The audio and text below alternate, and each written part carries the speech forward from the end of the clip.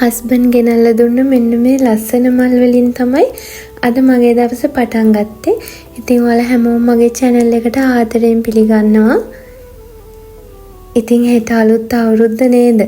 අපිත් ඒ නිසා අද මේ ගෙදරට ඕනි බඩු ඔක්කොම අරගෙන එන්න ගියා. මොකද අද කඩවල් ඔක්කොම වහනවනේ. ඉතින් ඒ නිසා මට අවශ්‍ය අඩුපාඩු ටික මං කොලේක ලියාගෙන මේ ටික අරගෙන ආවා. චූටි පපෙක් ගෙදර ඉන්නව නම් අනිවාර්යෙන්ම ඉතින් ඒ දේවල් කරන්න ඕනි. මම මුලින්ම පෙන්නුවේ මස් මාළු. ඉතින් මම මස් මාළු නම් ෆ්‍රිජ් එකට සුද්ධ කරන්න නැතුව දාන්නේ. ඒවා සුද්ධ කරලා හොදලා අවශ්‍ය ප්‍රමාණ වලට කවර වල හරි බකට් වල හරි දාලා තමයි ෆ්‍රිජ් එකට දාන්නේ.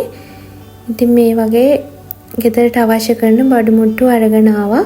ඉතින් ඔයාලා නම් දැන් අලුත් අවුරුද්දට සූදානම් ඇති, කැවිලි හදනවා ඇති, හරි ආසයි නේද අවුරුදු කාලෙට. ඉතින් මාත් පුතාව මෙහෙම එකතු කරගෙන යාට මේවා ගැන කියලා තිති මේ විදිහට බඩු ටික මේ සුඩින් අහුරගත්තා. ඉතින් අපේ පුතා හරි ආසයි මේ වගේ වැඩවලට උදව් වෙන්න. එයාගේ ප්‍රශ්න ගොඩයි. මෙන්න මේ ලස්සනම ලස්සන ලේන්සු දෙක මට රුපියල් 200කට තමයි හම්බුනේ. ඉතින් මම බාම් වර්ග එහෙමත් ගෙනාවා.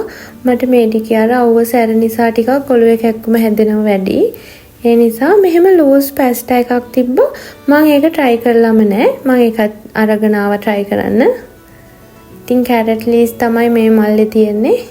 ඒ ටික මම එහෙමම තියෙන එළියට ගන්නෙ නැහැ.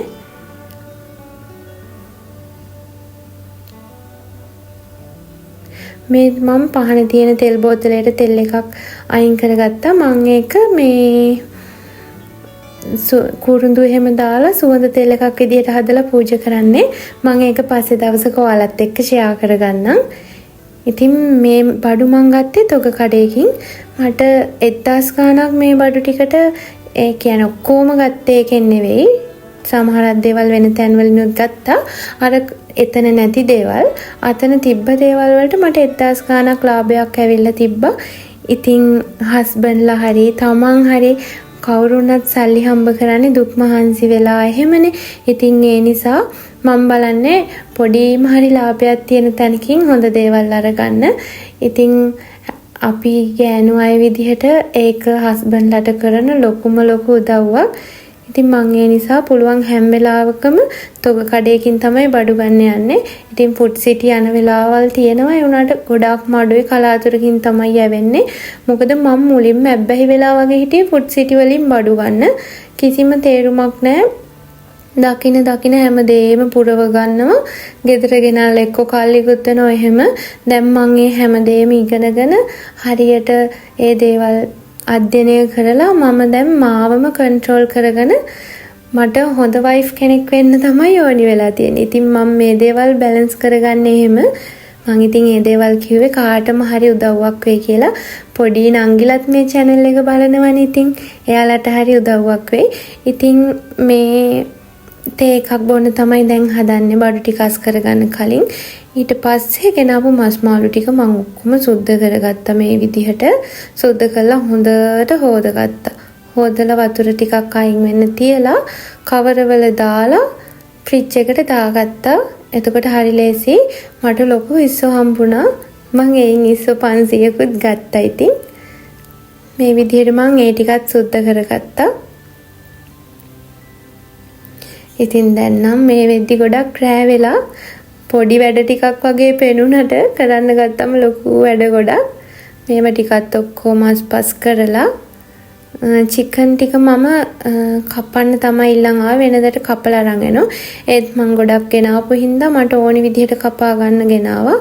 මේ ලෑල්ල මම වෙනම චිකන් කපන්නමයි තියාගෙන ඉන්නේ. ඉතින් දැන් ඔක්කොම බඩු අහුරලා කුස්සියත් අස් කරලා ගේත් අතු ගාලා මොප් කරලා ඉවරයි.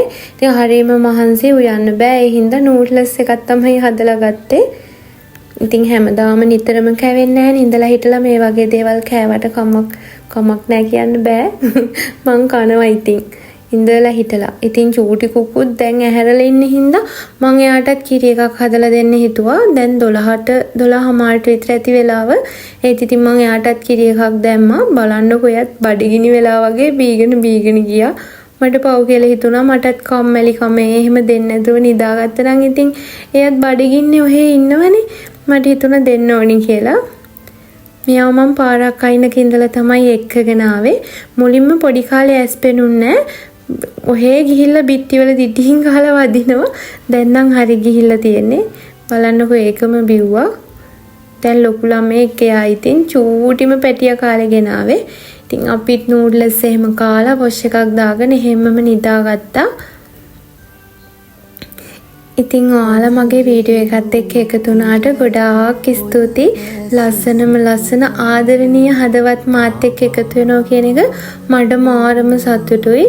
ඇත්තටම මට ඒක කියා ගන්න බෑ. ඔයාලා හැමෝටම ගොඩාක් ස්තුතියි. කෙනෙක්ගේ හිත හැදෙන්න වචනයක් කියන එකත් ලොකු පිනක්. ඒ වගේම කවුරු හරි කෙනෙක් හිත කඩන්න මොනා හරි දෙයක් කියනවනම් ඒක යා ඉතින් ඉන්න තත්ත්වය අනුව තමයි. ඉතින් ඔයාලා හැමෝටම ගොඩාක් ස්තුතියි මේ වගේ ලස්සන කමෙන්ට් දාලා මාත් එක්ක එකතු වුණාට.